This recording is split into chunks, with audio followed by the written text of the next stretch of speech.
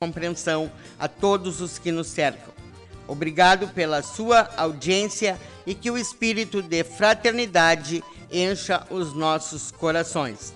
Lembrando sempre, fique em casa usando a máscara, o álcool gel e fazendo a sua parte. Um abraço a todos e amanhã, programa às 10 horas, programa Confraria, com a apresentação do tradicionalista Juscelino Mendes. Um abraço a todos e um bom final de semana. Recria a alma, flui o sangue de sua rama, onde inflama pura cria em essência.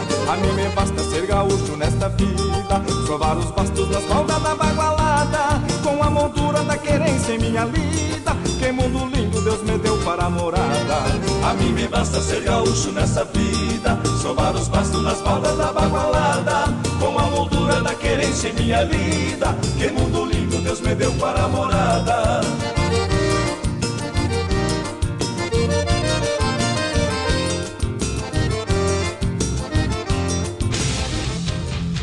ZYK 210, 590 kHz.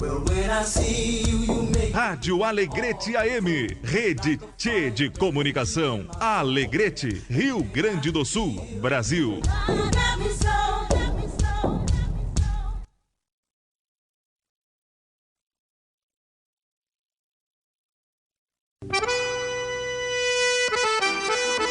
Aos sábados, pela Tia Alegrete, Cidade Rural, das 12 às 13 horas. O seu canal de informações sobre o setor primário e o desenvolvimento da região. Alegrete é Cidade Rural. Tem o oferecimento de TRR Caverá, Autopeça Cidade Alta, Esco GD e John Deere.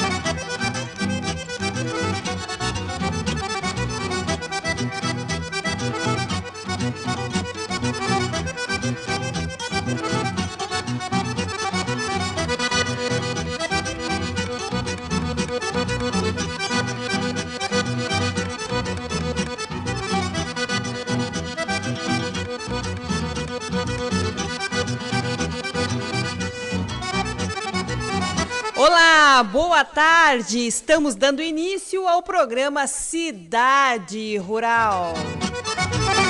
Deste sábado, 16 de maio de 2020.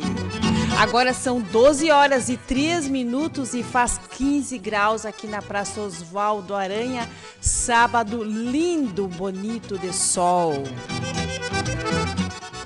É um prazer estar conversando com a nossa agrosociedade de Alegrete e região. E eu sou a Cíntia Fragoso Ramos, estarei com você todos os sábados aqui na sua Tchê Alegrete, do meio-dia até a 1h da tarde. E hoje me acompanha na técnica Paulinho Camargo. Paulinho Camargo, Cidade Rural, tem a força de... Procura por peças de caminhão, caminhonetes nacionais e importadas? A Autopeça Cidade Alta é especialista neste segmento, com marcas conceituadas no mercado. Também possui em seu estoque peças elétricas, alternadores e motores de partida. Venha conhecer os nossos produtos e nossa experiência de 22 anos. Autopeça Cidade Alta fica na Avenida Assis Brasil, 2000. Fones 3422-5800, 3422-4029 e o WhatsApp 99973-1308.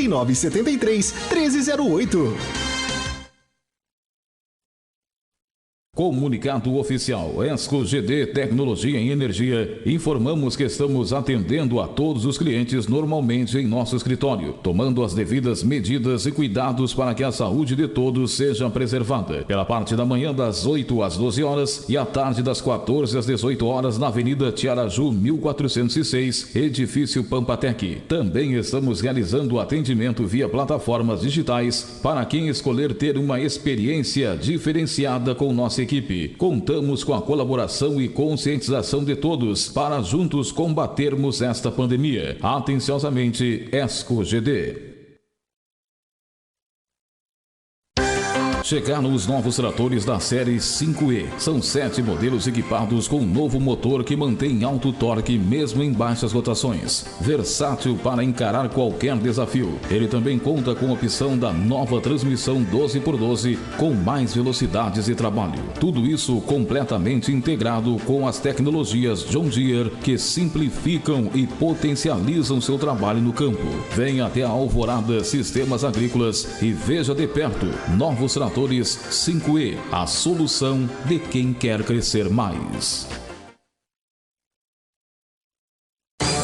Desde 1981, ao lado do produtor rural, o TRR Caberá fornece óleo diesel, graxas e lubrificantes direto na lavoura. Produtos com a qualidade de quem há tantas décadas aposta no desenvolvimento da região da fronteira oeste. Venha nos visitar na Avenida Assis Brasil, 2098, próximo ao Trevo. Solicite um orçamento ou faça seu pedido. Fones 3422-1717 e 99976-5048.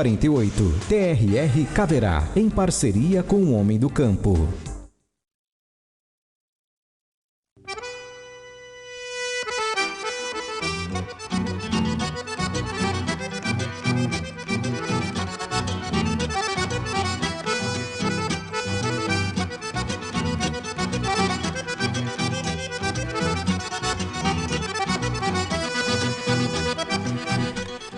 Horas e 6 minutos. Para quem ligou o rádio agora, nesse exato momento, você está ouvindo o Cidade Rural aqui na sua Tchê Alegrete. Vou mandar um abraço hoje para os garis do nosso Alegrete. Muito obrigada pelo trabalho de todos vocês. Também um abraço para todos os produtores rurais do nosso Alegrete que não param. Gilberto Pileco me acompanha aqui no estúdio, produtor rural, também empreendedor. Em seguida, também estará conosco Henrique Osório Dornelles, produtor rural, ex-presidente da Federarroz, da Associação dos Arrozeiros de Alegrete.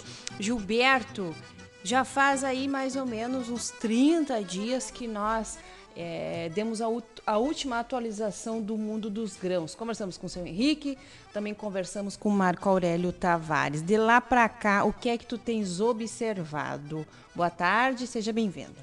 Boa tarde, Cíntia. Em primeiro lugar, Deus abraço aí. Eu lembrei, eu tenho um monte de gente para mandar Jesus abraço do céu. Que me cobra.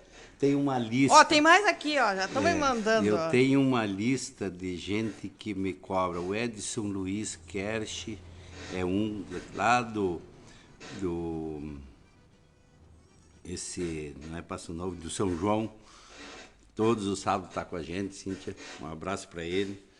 Um abraço para todos. Eu tenho uma lista, eu sei que vocês ouvem o programa e eu vou deixar para outra hora porque a lista é grande de gente que eu tenho para mandar abraço. E que bom, não é mesmo, Gilberto? É verdade. Que bom que o pessoal tem esse retorno, porque a gente faz o programa aí para nossa produção, sempre atentos aí durante a semana, a gente escolhe a pauta, vamos falar do quê, o que é mais importante, o que é mais, tudo é importante, mas o que é mais relevante, principalmente nessa questão, não é mesmo, Gilberto, da comercialização, porque a produção, todos fazem muito bem, né? E o que tu tens pra gente aí?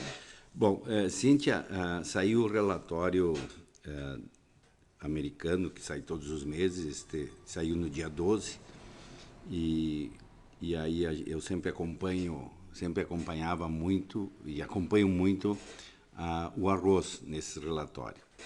E ultimamente eu tenho acompanhado bastante soja, milho, E o relatório do mês passado, a gente, com esses momentos, né, Cíntia, que a gente está aqui, a gente não é uma normalidade de funcionamento do mundo conforme a gente era acostumado, que as coisas andavam e andavam muito já pela rotina.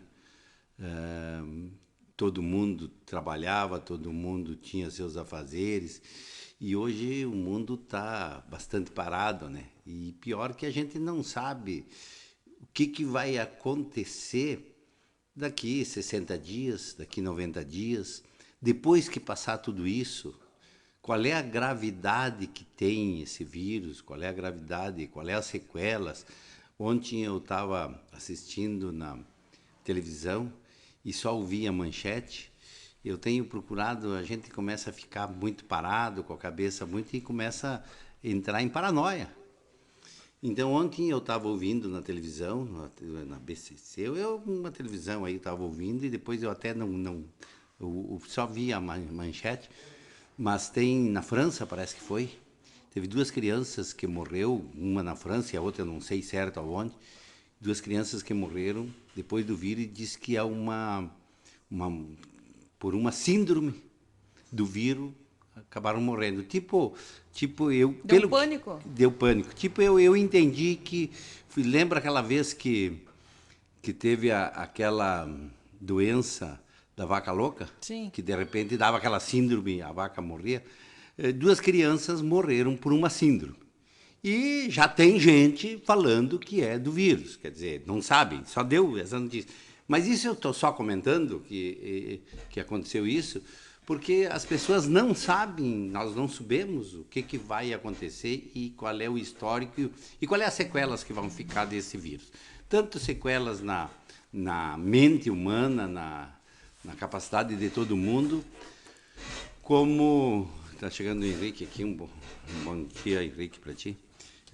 E aí a gente não sabe qual é as sequelas que vai... Então a gente não sabe o que vai acontecer. Mas falando nisso, para voltar aqui, e até que o Henrique chegou, eu estava começando a falar do relatório, Henrique, da USDA dos Estados Unidos, que surgiu essa semana, e que eu queria começar a falar, e eu estava falando sobre que a gente não sabe o que vai ser daqui 60 dias, daqui 90 dias, e quais é que são as sequelas, porque o mundo não está normal, que é aquele mundo que a gente nasceu, cresceu, viveu e trabalhava normalmente, que as coisas andavam com mais rapidez ou menos rapidez, que agora a gente não sabe o que vai acontecer.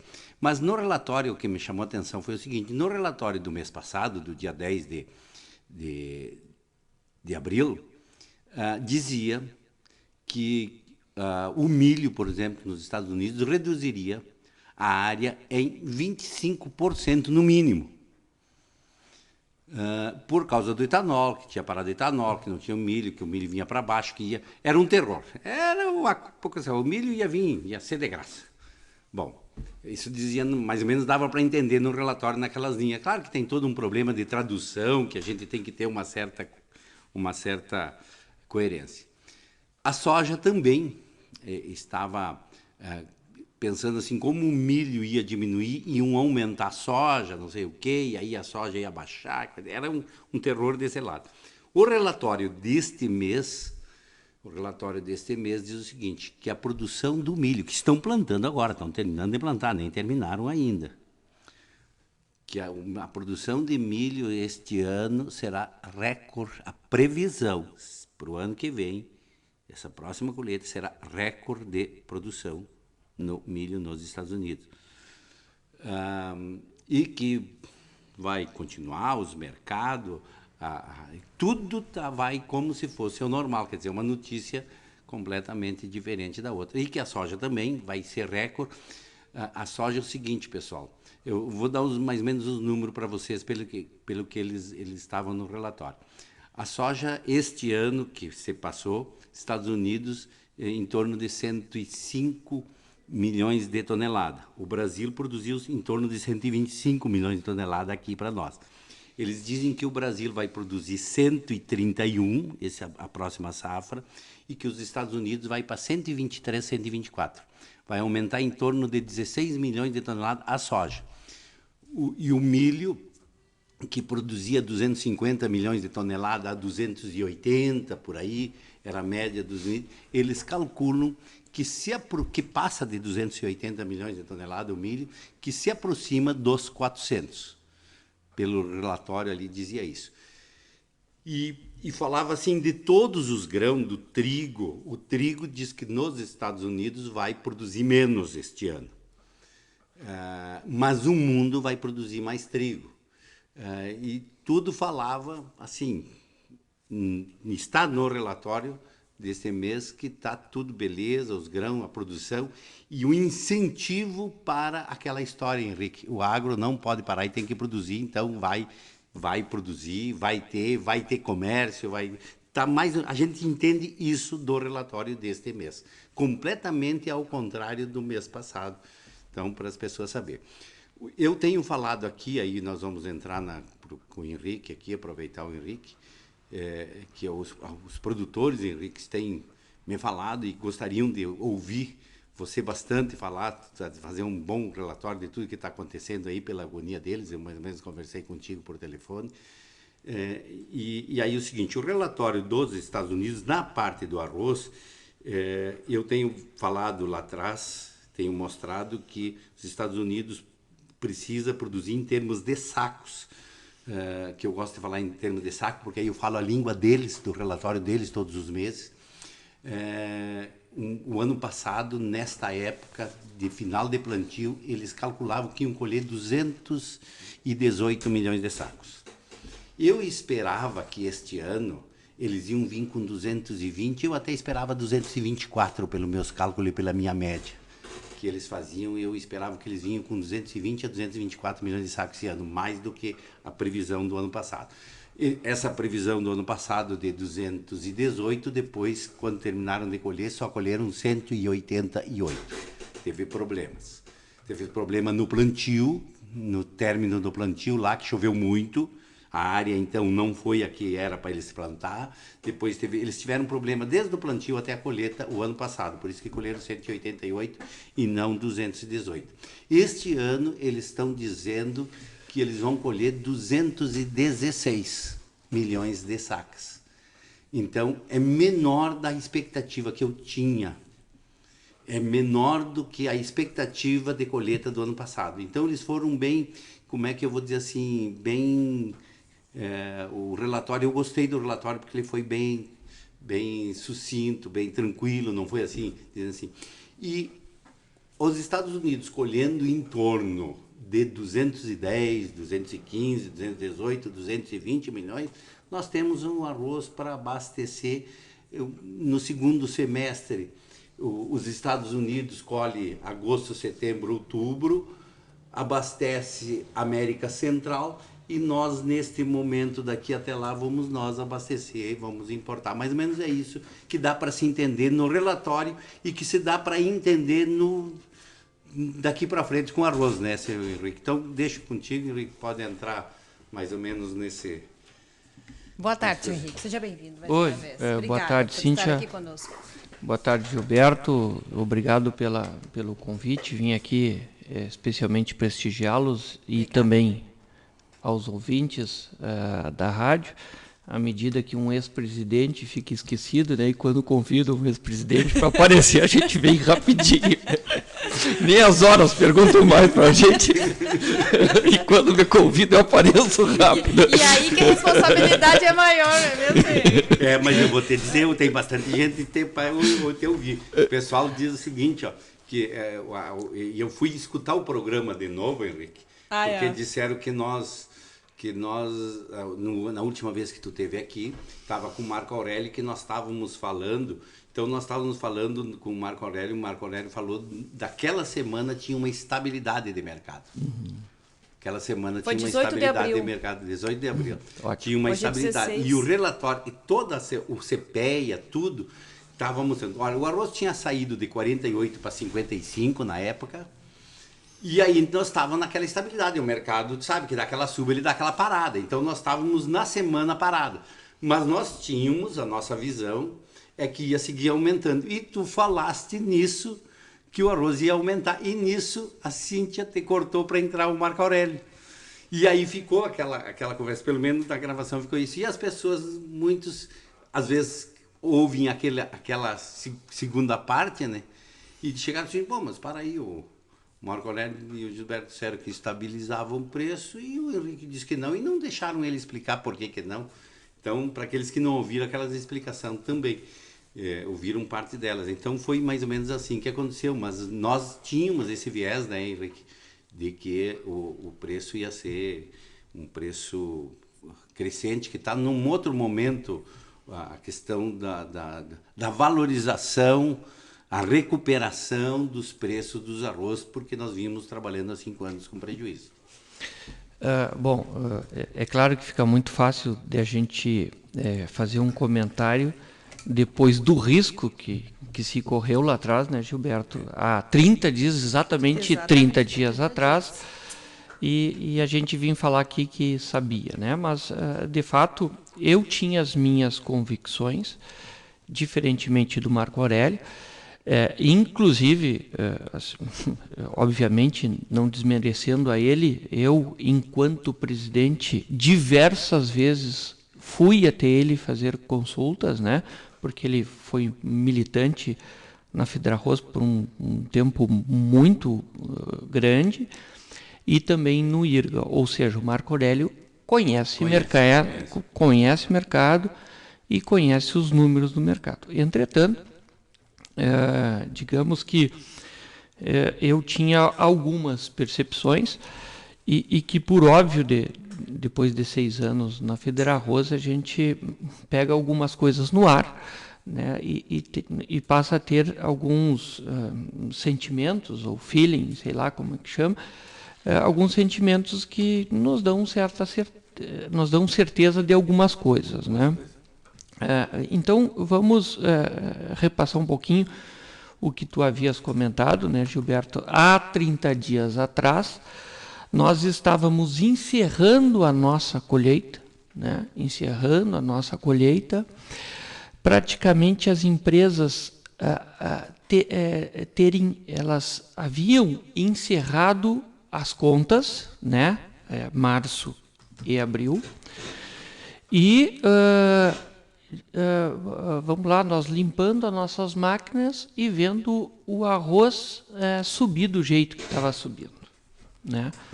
Não é normal. O que não é normal, né? Não é normal, nem no El Niño de 2016 isso aconteceu, porque ele caiu primeiro e depois veio aumentar, né? Então, havia, obviamente, que lá naquele El Niño nós não tivemos o tal do Covid, o famoso Covid, e foi muito comentado aqui, eu mesmo comentei, na qual eu tinha colocado que o próprio Covid, ele acelerou a forma de valorização dos preços do arroz, mas que nós já tínhamos essa percepção que o arroz, de fato, ia se valorizar. Por que a gente tinha, ou eu tinha, essa certeza, ou a Fedrarroz, porque ainda milito em várias reuniões na Fedrarroz, à medida que tu comentaste muito bem agora há pouco, né, Gilberto? Tu disseste que os Estados Unidos tiveram um problema na implantação da safra no ano passado, eles não colheram uma safra boa em função de enchentes, etc. e tal, e que estamos agora em plena entre-safra dos Estados Unidos. O preço nos Estados Unidos, há 30 dias atrás, já se mostrava numa valorização muito ascendente, o que culminava com uma depreciação do real, ou uma valorização do dólar. Ou seja, as duas variáveis que elas têm feito impacto no nosso mercado, desconsiderando o volume de arroz a ser colhido, ou que estava sendo colhido pelo Rio Grande do Sul, principal... Que foi uma boa colheita. Né, que foi uma boa colheita, mas o Brasil muito aquém do consumo. Do consumo. Né? Aquém do consumo. vamos lá, então vamos recapitular. Nós estávamos findando uma colheita excepcional em produtividade, mas em volumes total no Brasil, o volume total no Brasil, aquém do consumo doméstico. Tá? Bom, ponto. Ou seja, nós tínhamos 3 variáveis que apontavam preços para cima. E como é que a gente poderia chegar aqui na rádio e dizer que não ia se valorizar o arroz, Gilberto? A não ser que, bom, que nós não ia chegar aqui e ia dizer assim, nós não podia deixar claramente assim, mas nós podíamos dizer 2 ou 3 vezes na rádio, eu dizia assim, pessoal, prestem atenção, cuidado, esse ano é diferente, prestem atenção, estou aqui falando, prestem atenção no mercado. É claro que eu me lembro de ter falado o seguinte, eu falei, a Cíntia deve lembrar, que eu comentei, ora, senhores, de fato o mercado pode embarrigar. Ele pode embarrigar em maio, pode dar aquela geladinha, mas ele vai seguir crescendo. Porque a gente pensa no mercado, quando nós falamos, né, Henrique, nós não pensamos no mercado daqui 40 dias, 50 dias, nós pensamos no mercado do ano. Na média que nós vamos produzir, que ele vai seguir a curva para cima sempre. Perfeito. Então, eram essas as convicções que eu tinha, né? Quando fiz aquela leitura e digo, tia, tem 3 variáveis que nos últimos tempos a gente... e te falo mais. Coisas que eu me lembrei agora um pouquinho antes de vir para cá, eu não me preparei bem, né? Mas são coisas assim que estavam muito sólidas comigo enquanto, vamos lá, um classista, né? E que agora eu estava recordando, né? Por exemplo, temos um dos menores estoques de passagem. Passamos, e com a expectativa dos menores estoques de passagem no dia 28 de fevereiro. De fevereiro do ano que vem. Do ano que vem. Bom, outro ponto. Os menores estoques de passagem históricos do Paraguai. O Paraguai terminou não, ele vai terminar o ano com o estoque não é desprezível, mas muito pequeno. Ou seja, preço futuro lá na frente. A Argentina, estoque de passagem também igualmente dos últimos 5 anos o menor. Eu acho que só o Uruguai não tem um dos menores estoques de passagem dos últimos tempos. Tanto agora quanto o que irá se findar. Ou seja, os nossos fornecedores mais perto, o próprio Brasil, todos eles sinalizando que vão ter pouca disponibilidade de estoque. Como é que eu vou afirmar que não teremos preços em ascendência? Né? Bom, converge a isso... Depois tu segue aí. Tá?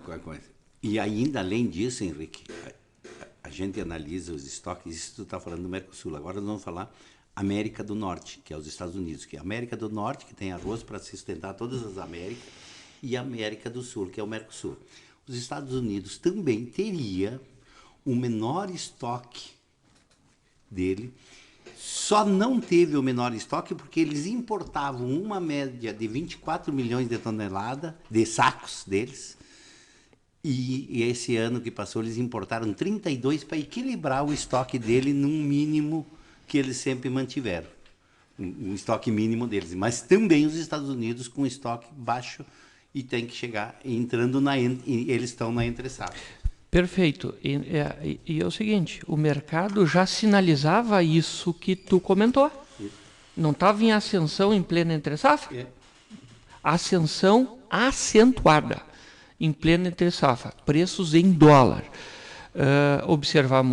Observando isso, Gilberto, e que os Estados Unidos é o principal player do mercado internacional, onde o mercado internacional do arroz ele comercializa pouco arroz no volume que produz o mundo, é uma mixaria, 40 milhões de 8% da produção mundial só é comercializada. É chinelagem, como a gente diz enfim, né? Conversa de bar, né? À medida que o principal player aumenta os seus preços, né? Os outros players, por exemplo, o Vietnã, há 45 ou 60 dias, se eu não me engano, tinha dito, eu não vou mais exportar. O Vietnã é o terceiro maior exportador. O terceiro maior exportador. Já foi o primeiro. Já foi o primeiro.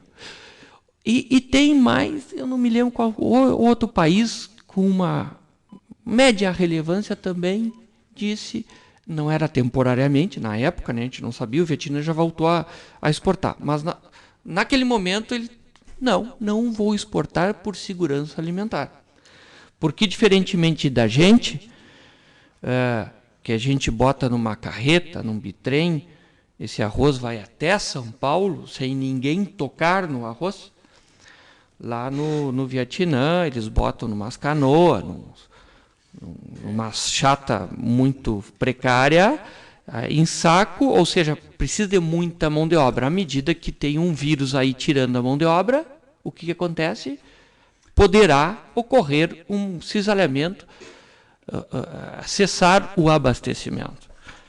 Não porque eles imaginassem que iam ter falta de arroz. Eles estavam pensando no abastecimento. Não sai lá da colônia, não sai lá do meio dos morros, o arroz não vai chegar na capital. Foi isso que aconteceu. Então, tudo convergia porque para nós termos um mercado internacional com apetite maior e o Brasil, de fato, participar. O que está acontecendo? Explodiu as exportações em abril. Em abril. E aí o seguinte, do Brasil, tá? As exportações brasileiras. Do Brasil. E aí o seguinte, e aí agora que tu falando dessa exportação, eu quero te fazer um pequeno comentário, Henrique, aqui que eu já fiz a semana passada. Se nós analisar de 30 anos para cá, até 2008, vamos falar assim, em média. O arroz, em média, até 2008, era de 8 a 10 dólares no mercado internacional. Vamos falar no mercado internacional. Estados Unidos, players Estados Unidos, de 8 a 10 dólares. De 2008, com aquele evento da crise que foi através da ONU, da FAO, que foi o estupim para a crise, que o arroz foi para 17, 20 dólares, teve esse pico rápido e teve aquela bolha, o arroz de 2009 a 2013, no mercado internacional, ele ficou de 13 a 15 dólares, 13 a 16 dólares, 14 a 16 dólares. Ficou nessa, né, sempre acima de 13 dólares, 13 dólares e meio. Bom, pessoal, em 2013, 2014, o mundo, com as reuniões dos ministros do mundo todo, através da ONU, onde todos diminuíram os estoques, que nem a Conab aqui, públicos, porque tem colheita o ano todo, tem logística para isso, tinha. O único país que aumentou os estoques foi a China, que era 45%, 50%, hoje está com 65% dos estoques. Foi o único que foi contra essa coisa. Bom, e daí, com essas definições, o arroz baixou para 10 dólares, 11 dólares, como estava de 2014 até o ano passado.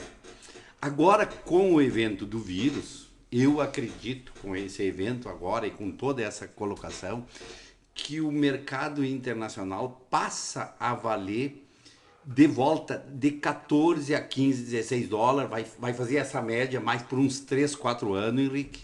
Vai ter essa média mais alta do dólar, do arroz, e nós temos que nos acostumar com isso. E o mercado brasileiro, que é o mais barato do mundo, tanto é que ontem, essa semana bateu R$70, segundo as informações da consulta com a CPEA. Eu estava no telefone com a consulta com eles e eu perguntei para eles como é que estava no Porto do Rio Grande. Está batendo esta semana a R$70 arroz posto lá. Semana passada 67, 65. E o nosso mercado aqui é quem? O nosso mercado doméstico de produtor. Então, se o produtor entregar lá no Porto, facilita, ele vende a 68, 70, dependendo dos arrozes, 67, 68, 70. E nós aqui no nosso mercado doméstico, nós estamos vendendo a 58, 59. Então, esta diferença é o que nós sempre identificamos, que nós temos um mercado doméstico mais barato do mundo, certo, Henrique? Nós estamos tendo, sim, e na maioria do tempo no ano passado e dos outros anos, sim. Mas nós já tivemos o mercado mais valorizado ali novembro, dezembro e janeiro. Do ano passado, tu comentou aqui. É o que eu falei o ano passado. Nós estávamos vendendo por disponibilidade de produto e por qualidade de produto, estávamos vendendo arroz mais caro que inclusive que os caras estavam entregando lá. Líquido, falo, né? Descontado tudo, etc e tal. Tá. Por quê? Por que, Gilberto? Tu certamente tu vai concordar comigo, porque tu opera há muito mais tempo que eu. Porque é o seguinte, porque a Fronteira Oeste abastece o Brasil Central. Não é a Zona Sul que abastece o Brasil Central, é a Fronteira Oeste. O Brasil Central, não tendo os estoques de passagem gordos do Paraguai, o Brasil Central tentando buscar no Paraguai os preços em dólares que estavam valorizados, ela se voltou para onde? Para a Fronteira Oeste. E nós vivemos um boom naquele momento. Naquele momento, lá em dezembro e janeiro. Em dezembro e janeiro. Fevereiro. E isto segue, Gilberto. Porque é o seguinte, aquela história, o nosso sistema é um sistema negativo digamos assim, esses CPRs para a safra, né? Os empréstimos para a safra, eu sempre fui contra isso aí, sigo contra. O dia que tiver que ir para esse sistema, eu paro de plantar. E vejo nessas pessoas que fazem isso aí uma coragem enorme e a minha solidariedade aqui, o meu respeito a eles, que de fato assim eu não conseguiria o êxito que muitos conseguem, né, à medida que tem esses contratos. Porque é o seguinte, eu não estou falando mal da empresa, eu estou falando do sistema, é muito negativo. Mas isso dá competitividade a essas indústrias de irem ao mercado, que na verdade é o mercado, é o varejo, que ele é um varejo depreciativo, né? Ele não interessa se está causando fome, morte, não. Ela quer o menor preço possível no arroz para largar a melhor oferta da semana. Tá? Então isso leva as empresas, especialmente aquelas empresas maiores, a fazer esse sistema. Empresta insumos e depois fatura, vê como é que o mercado, na hora de faturar, vê como é que está o mercado e faz, muitas vezes, pelo pior preço possível, para ela ter competitividade no varejo. Isso aí se alastrou para o Paraguai. E lá no Paraguai, algumas empresas que operam muito forte lá, empresas do Brasil Central, fizeram esse sistema, mas com preços em reais. E depreciaram o arroz lá ainda mais. Então, os paraguaios estão experimentando um veneno terrível, pior que nós, pior que a gente. Esse ano, eu acredito que o ano que vem não terá. Tá? Henrique, beleza, eu quero aproveitar que nós temos um monte de coisa para transmitir para os nossos ouvintes. Seguinte, pessoal, quando eu falei que o dólar, que o preço internacional até 2014, 2013 teve alto e que agora vai voltar para esse alto, que mudou de 13 para cima, o que aconteceu aqui para nós que nós não tivemos esse mercado? Henrique, 2011, 2012, você na Federarroz querendo exportar, nós não exportávamos nada. Foi tu que levou a bandeira para exportação. Então nós não tínhamos no mercado interno a referência do mercado externo. É isso que eu quero transmitir o público. No momento que o mercado externo poderá mudar para patamar de 13 a 14, 15 dólares, o que nós não ganhamos? Em 2011 nós tivemos uns menores preços de arroz aqui, chegou a 18, 20. Atacamos a ponte lá, 2011. E o mercado internacional estava alto. Estava alto. E nós não tivemos isso. Então o produtor fica assim, que adianta falar nos Estados Unidos? Que adianta falar no dólar? Bom, pessoal, adianta sim, para dizer o seguinte para vocês. Em 2008 e 2009 o preço chegou, Uruguai em 2009 chegou a vender arroz a 17 dólares. Estava todo mundo bom. O que é que nós fizemos? O ex-técnico do, como é que é, o agrônomo que era do IRGA, o ex-técnico que saiu, que na época... Valmir Menezes diz uma palavra assim, Gilberto, efeito manada. O efeito manada, o que ele queria dizer? Nós, em 2010, todo mundo fomos plantar, e em 2011 plantamos, aumentamos a área, se fomos para 1 milhão, os Estados Unidos plantou um horror. O que aconteceu? O mercado veio para baixo. E nós só dependíamos do mercado interno, mais Paraguai. Uruguai também aumentou, 17 dólares. Então, pessoal, efeito manada. Espero que essa é a coisa porque eu quero que o Henrique fale nisso também. Bom, esse é um motivo. O outro era o seguinte, que na época, como nós não tínhamos as exportações, nós não tínhamos essa referência. O mercado interno não tinha essa referência que nós estamos tendo hoje, que ali está 70 e aqui está 58. Então, as nossas empresas regionais do Estado, as nossas indústrias domésticas brasileiras, seja não aqui só da região, mas as nossas indústrias brasileiras, os paranaenses, os paulistas, as empresas paulistas vão ter que se dar conta que está na hora de ter um valor, dar uma importância maior para quem tem a missão de produzir. Eu acho que é isso, né, Henrique? Nós temos uma missão de alimentar o povo, alimentar a população, mas também nós precisamos, porque os custos a $1, que a gente não sabe se vai ser 6, se vai ser 5, se vai ser 7, também os custos, não adianta o preço estar 70 e nós estamos vendendo a 70, está 11 dólares. Eu diria o seguinte, Gilberto, eu não sou tão romântico assim, tá? E muitas vezes tem um pessoal que não gosta do presidente Bolsonaro, porque muitas vezes ele é extremamente direto e não tem papas na língua. Mas eu vou dar uma de Bolsonaro aqui. O meu compromisso é com a minha família, não é com o povo. O meu compromisso com o povo é ser ético, né, trabalhar em sociedade, ter respeito às leis e tudo mais. Agora, eu tenho compromisso com a minha família. Eu vou morrer pela minha família. Pois eu morro pelo povo num segundo momento. O que eu quero dizer com isso? Essa história de nós alimentarmos o mundo é muito romântico. Eu não vou pagar para trabalhar. Eu não quero pagar para trabalhar.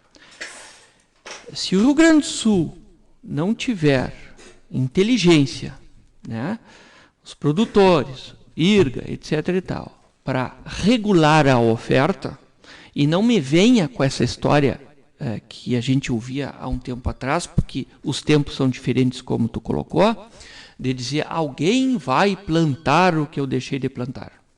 Bom, se alguém quer perder dinheiro, pode perder dinheiro. Agora, eu não quero perder dinheiro. Né? Porque o Uruguai e o Paraguai, duvido que aumente a área. Duvido. Todo mundo sabe qual é o preço hoje de se fazer uma área nova de arroz, Gilberto. Não é a mesma coisa que soja, que tu sai ali gradeando e coisa e tal e está plantado. Não é. Né? Ou seja, o que eu estou querendo dizer? O que está estabelecido, está estabelecido. O que nós temos que ter agora? Sermos pragmáticos. A gente já enxergou o quanto o Rio Grande do Sul pode produzir sem ter problemas de preço. Evidentemente que a gente vai ter ali, aqui, algum problema de preço. É claro, não vão achar que agora está tudo resolvido, que não está. Né? Agora, a gente tem que ter a consciência que se a gente passar de 8 milhões de toneladas, como a gente passou em 2011, que nós fomos a 9 milhões de toneladas, a gente vai ter prejuízo. Vai ter prejuízo e vai quebrar de novo. E vai quebrar de novo. E nós vamos pedir para a Dilma botar dinheiro, porque naquela época a Dilma botou dinheiro. E, de fato, ela botou. Só que a Dilma tinha dinheiro. Esse governo e o próximo governo, os próximos 3 governos, não vão ter esse dinheiro, porque está se gastando 3 governos exatamente agora em função dessa pandemia. Então, se é para mim dar uma mensagem que era isso que tu pretendia, Gilberto, é dizer ao produtor, pense bem, produtor. Tá? Pense bem no que você fará ali na frente e num futuro bem próximo, porque se o dólar vier o ano que vem para um outro patamar, que não é os 5,80, obviamente nós não teremos os mesmos patamares agora. E pense bem o seguinte, infelizmente, nós teremos um quadro de desemprego no Brasil, infelizmente, e me dói dizer isso, muito pior que estamos tendo nesse momento. Eu não sei se eu fui compreendido. Não, foi é isso aí. A ideia, Henrique, era mandar essa mensagem. Parabéns para ti. Tu mandou essa mensagem, bem mandado, que vamos esquecer essa história de missão, de produzir, porque nós temos que produzir para termos falando nisso, Henrique, eu fico numa certa dúvida com o relatório dos Estados Unidos, analisei agora, que mudou 30 dias atrás, era um quadro todo negro. Porque agora mudou para um quadro positivo para todos os grãos. Eles foram mais, não digo medíocre, mas mais, como é que vamos dizer assim? Conservador no arroz só. No trigo, na soja, no milho, no sorgo, E o que eu entendo um pouco disso? Eles têm que fazer aquela máquina funcionar, porque o desemprego está grande. Claro que sim. É o agronegócio que tem que sustentar isso e que dá resposta rápida. Quer dizer, quando estava aquela história assim de diminuir 25% da área de milho nos Estados Unidos, imagina a logística dos insumos todos. O mundo parado, então o agronegócio não para, né? Então nós temos que ter essa consciência, mas só que nós precisamos trabalhar com lucro. Então, a diferença que nós temos hoje é o seguinte, eu quero agora que tu fale, eu quero falar contigo, nós temos pouco tempo, Henrique, porque há 30 dias atrás, quando nós estivemos aqui, que a gente começa a medir as palavras também, naquele momento estava começando uma fofoca que tinha que trancar a exportação de arroz. Nós falamos que o Marco Aurélio tinha que trancar a exportação, e agora de novo. Deixa eu te dizer o seguinte, eu quero mandar um abraço para o Silvano, que eu sei que o Silvano está nos ouvindo, para o seu Arsênio, e para os outros produtores que, agora eu não lembro o nome aí, que me ligaram, que estão vindo, que queriam ouvir o programa, queriam ouvir o Henrique de novo nesse nosso debate. Mas assim, agora, uma questão de uns 15, 20 dias atrás, tem os mensageiros do Apocalipse, que são os corretores, dizendo assim, vende a 55, vende a 56, vende que não vai passar disso. Porque depois vai baixar, porque agosto vai baixar, porque não sei o que. Não, tudo bem. Realmente, eu digo o seguinte, pessoal, vamos fazendo média, vamos com calma, vamos segurando, tem que vender, porque chega os compromissos, tem que vender, ninguém vai segurar arroz, ninguém vai ficar explorando para o preço subir, porque não se tem essas condições, a gente tem muito compromisso. O setor está descapitalizado, né, Henrique? Precisa vender. Tem gente que viu tudo isso e já tinha comprometido todo o arroz a 45, 48 e vai ficar só olhando esse preço, né? Que é a maioria do produtor. Então, não é que aqui nós estamos falando que agora está tudo bem. Não está tudo bem. Tem um passivo grande. Não está tudo bem. Nós estamos só dando o que está acontecendo no momento. Bom, mas aí já tem, Henrique, de novo, fofoca que vão trancar as exportação de arroz. Então eu quero que tu te detenha um pouco nisso, porque tu tem esses contatos de ativismo com a Federarroz, ainda tu está envolvido diretamente. Queria que tu falasse um pouco disso para nós. Duas coisas. Quando surgiu isso lá atrás, o presidente Alexandre me ligou apavorado. Tinha que ir para Brasília, queria que eu fosse junto, não sei o quê. Eu disse, Alexandre, não precisa ir para Brasília. Fica quieto. Primeiro ponto. Porque agora estão dizendo o seguinte, Henrique, que se não trancar a exportação, na metade do segundo semestre, então a metade do segundo semestre vamos botar outubro, novembro, vai não ter mais arroz. Essa é a coisa que alguns apocalipses estão dizendo. Pois é, vamos lá. Então o presidente me ligou apavorado, tinha que botar carta, isso, aquilo. Presidente, fique quieto. Num momento desses, o silêncio é a melhor coisa que tem. Por quê, Henrique? Eu digo, tchê, eu já vivi isso lá em 2016. E outra coisa, se tu estudares um pouquinho, eu não me lembro onde é que eu tinha lido isso, acho que até estou lendo um livro agora. O Brasil não tem essa característica. Ele não tranca suas exportações, ele não entra nos negócios de terceiros, a não ser o que aconteceu com os caminhoneiros. De fato, o Brasil intercedeu, o governo intercedeu ali naquele momento, né, mas era, né, uma situação de guerra. Exatamente, tá? O Brasil não costuma se meter. Ponto. Isso aí a gente lê lá de 1800, não sei o que, isso acontecia lá. Ou seja, está na nossa cultura, tá? Esse é um primeiro momento. Outro momento. Essa ministra, que ninguém, a mídia não enxerga o trabalho da ministra, né? Ela é muito quieta. Não, a ministra ninguém enxerga. Né? Ninguém enxerga o trabalho da ministra. Ela é pequenininha, fala baixo, mas ela conhece. É uma mulher inteligente e extremamente querida, assim.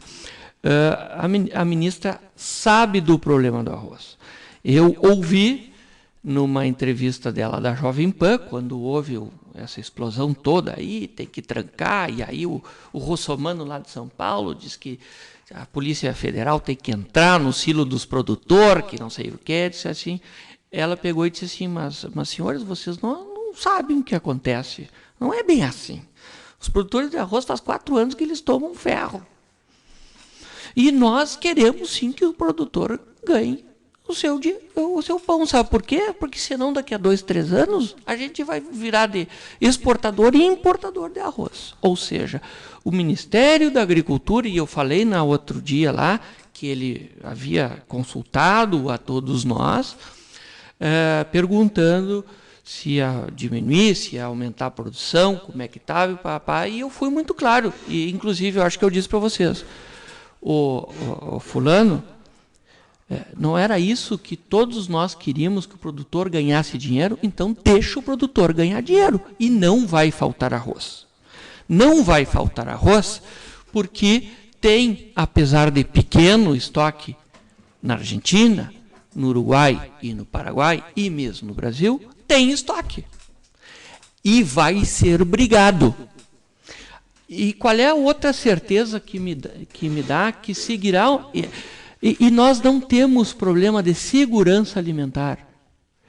Se nós tivéssemos, com toda essa pandemia, faltou algum pirulito em algum bolicho no Brasil? Eu não ouvi dizer.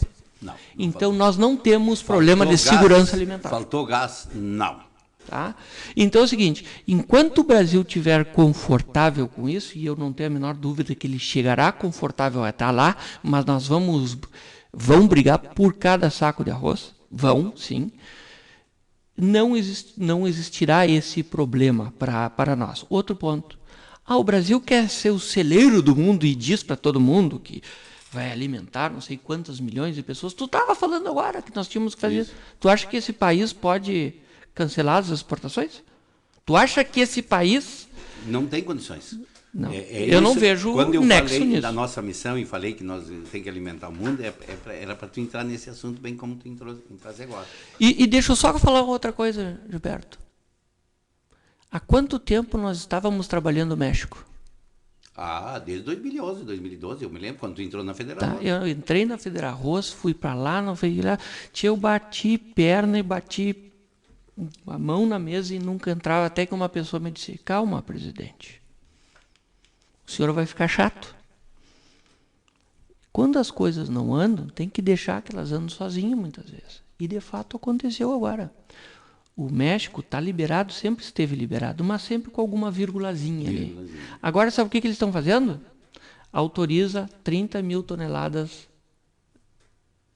de casca. 30 mil, somente 30 mil do Brasil. Já saiu. Carregaram Saiu essa semana. A hora que saiu daqui, autorizo mais 30 mil toneladas de arroz para o México. Então, o que eu quero dizer com isso? É exatamente porque lá eles estão tendo a tal da segurança alimentar. Sabe por quê? Porque aumentou tanto o arroz em função dos Estados Unidos, da entre-safra dos Estados Unidos, né, o nosso principal concorrente, que eles estão na linha da segurança alimentar. Aí eles fizeram isso. Mas tudo é comercial. E eles só não abriram para o Brasil por uma inteligência dos americanos, né, de cativar aquele mercado, e só na última bala, quando eles estão por pagar os maiores preços de arroz, eles liberaram arroz em casca, que é o que a gente sempre trabalhou. Por quê? Porque México... é dinheiro na mão do produtor. Não tem como é que a gente diz, um outro setor aqui no meio, Gilberto. O arroz em casca tem puxado os preços do arroz no Brasil. Por quê? Porque é mercado internacional e não entra num determinado local, e aí é paridade com o mercado doméstico. O arroz em casca, e é isso que a Federarroz está trabalhando, vender arroz em casca. Mas está tirando... Bom, é o seguinte, eu estou preocupado, mais uma vez, com a minha família. E outra coisa, Henrique, era isso que eu queria para nós essa é a transmitir tudo para o produtor. Eu venho falando faz horas do mercado internacional, Estados Unidos, dólar, para o produtor entender.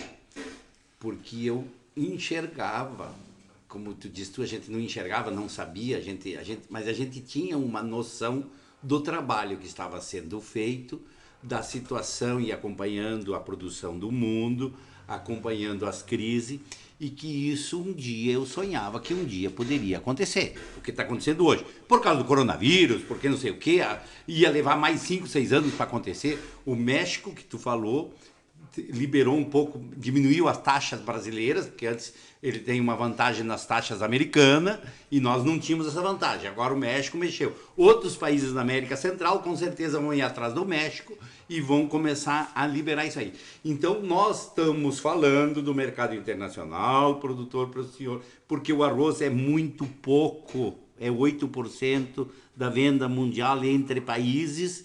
Então o mercado internacional é muito pouco, ele não dá essa referência, mostrando para o produtor que nós, a partir de agora, desta crise, poderemos acompanhar o preço internacional, porque se ele muda de patamar por 4, 5 anos, nós podemos ir atrás disso também, porque vai puxar o preço para cima. Era isso mais ou menos a mensagem, Cíntia, por isso que eu sempre falei mais ou menos do preço internacional, venho batendo para o produtor poderá se acostumar e projetar seus negócios perante isso. Por quê? Porque o nosso problema do produtor da soja, ele tem uma previsão de venda.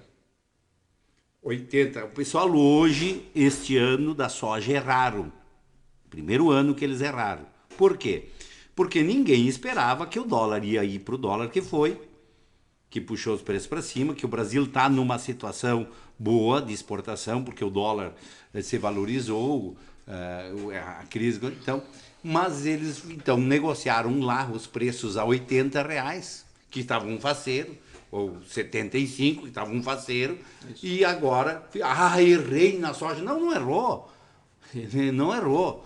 Ele não errou na soja. Porque tu vê, estão vendendo a 100 agora. Não errou. Era uma previsibilidade. Então, Perfeito. Então agora a soja tinha isso. E nós poderemos ter a partir de agora essa previsibilidade. Agora, não vamos... Henrique, tu sabe, eu sempre fui contra a dizer para diminuir a área. Desde quando tu entrou na associação, eu dizia, não, Henrique, se nós fazer o nosso produtor diminuir a área, o Paraguai vai aumentar, o Uruguai vai aumentar. Hoje eu tenho essa coisa assim, pessoal, o Henrique pagou o preço na Federarroz para ir atrás desse mercado, para pedir para diminuir a área, nós diminuímos, nós fizemos o dever de casa. Pessoal, não vamos botar fora isso, e que nem o Valmir Menezes diz, e feito manada, e todo mundo se atracar a plantar, porque é fácil. Nós temos problemas de água, nós temos problemas de... Deixa eu só dar a última notícia, Henrique. No relatório dos Estados Unidos dessa semana dizia o seguinte, que a alta produtividade de milho e de soja e de grãos nos Estados Unidos é pela uma situação favorável de clima. Que o ano passado perdeu, foi uma situação de clima, o arroz. Correto. É que o Brasil e as Filipinas este ano vão ter problema de menor produção de arroz. Os dois países do mundo que terão menor produção de arroz será Brasil e Filipinas. Falando em termos de clima.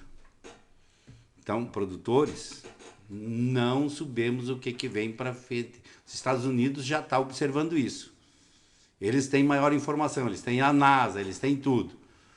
Nós temos que ir, não vamos antecipar. Teve gente que me procurou, Gilberto, agora tem adubo barato, vamos comprar. Eu digo, não vou fazer previsão nenhuma por enquanto, porque a gente não sabe o que vai ser daqui 60 dias. Senhores, eu agradecer a participação. Eu acredito, seu Henrique, Gilberto, que tanto